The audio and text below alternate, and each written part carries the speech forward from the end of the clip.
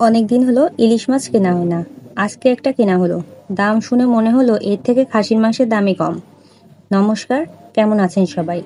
এখন বাজে সকাল ৮টা। চাল ধুয়ে নিচ্ছি, ভাত বসিয়ে দেব। সকালে ভাতের সঙ্গে শুধু বেগুন আর ডিম ভাজি করব। দুপুরের জন্য মাছ ভিজিয়ে নিচ্ছি। এদিকে গতকালকের কিছুটা বিরিয়ানি ছিল ফ্রিজে, সেটাও গরম করে রাখছি।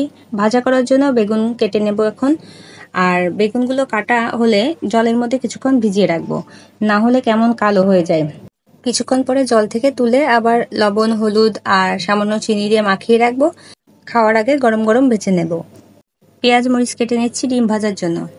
2টা ডিম ভাজবো। ডিম ভাজাতে বেশি করে পেঁয়াজ মরিচ দিলে কিন্তু খেতে বেশ ভালো লাগে। তাছাড়া আজকে কোনো তরকারি রান্না করলাম না। ডিম আর বেগুন ভাজা দুটোই শুকনো খাবার। পেঁয়াজ মরিচ না দিলে খেতে একদমই ভালো লাগবে না। আর সকালবেলা মাঝে মধ্যে কিন্তু এমন শুকনো খাবার খেতে ভালোই লাগে। 2টা ডিম একসঙ্গেই ভেজে নিচ্ছি। ফ্রাইং প্যানে একটা ডিম ভাজতে গেলে তোলা যায় না, ভেঙে যায়। এই প্যানগুলো অনেকটা ছড়ানো, তাই ডিম দেওয়ার সঙ্গে সঙ্গেই ছড়িয়ে যায়। তখন ডিম ভাজা এতটা পাতলা হয়ে যায়, উঠানোই যায় না। 2টা ডিম একসঙ্গে ভাজলে আবার অনেকটা সুবিধা হয়। সকালের খাবার পর্ব কমপ্লিট করে এখন দুপুরের রান্নাটা সেরে নিচ্ছি। দুপুরে রান্না করব পাঁচমিশালি সবজি আর পাবদা মাছ। প্রথমে ওভেনে সবজিটা বসিয়ে দিলাম, যেহেতু 2টা আইটেম রান্না করব। 2 চুলায় দিলে তাড়াতাড়ি হয়ে যাবে। আর এদিকে পাশের চুলায় মাছগুলো ভেজে নিচ্ছি। এই মাছগুলো ভাজতে আমার এত ভয় লাগে, অতিরিক্ত মাত্রায় তেল ছিটে গায়ে লাগে, তাই না পেরে ঢেকে দিলাম। আর মাছ ভাজা হয়ে গিয়েছে, এখন তুলে নিচ্ছি। ওই তেলেই তারপর দিয়ে দেব আলুগুলো। আলুগুলো দিয়ে আমি সামান্য লবণ হলুদ দিয়ে সোনালি করে ভেজে নেব।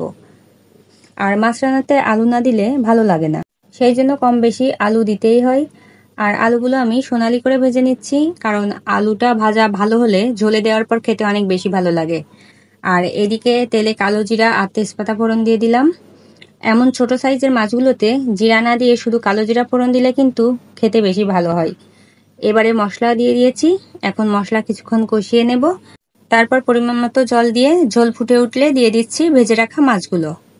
আর কিছুক্ষণ জাল করার পরে শেষে নামানোর আগে সামান্য গরম মশলা বাটা দিয়ে নামিয়ে নেব। অনেক দিন হলো আমাদের ইলিশ মাছ কেনাই হয় না।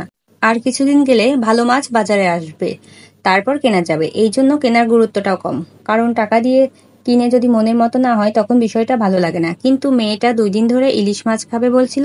যদিও মেয়েটা তেমন খায় না, তারপরও ছোট মানুষ মুখে বলেছে, তাই একটা আনা হয়েছে। দাম শুনে দেখি 2000 টাকা কেজি। তাও যে অনেক ভালো মাছ তা কিন্তু না, মোটামুটি। বড় সাইজ হলেই যে খেতে ভালো হয় তেমনটাও না। 1 কেজি ইলিশের দাম 2 কেজি খাসির মাংস হয়ে যায়। মধ্যবিত্ত মানুষগুলো আত্মায় চাইলেও খাবে কি করে? এমন অনেকেই আছে যারা বছরের পর বছর চলে যায় ইলিশ মাছ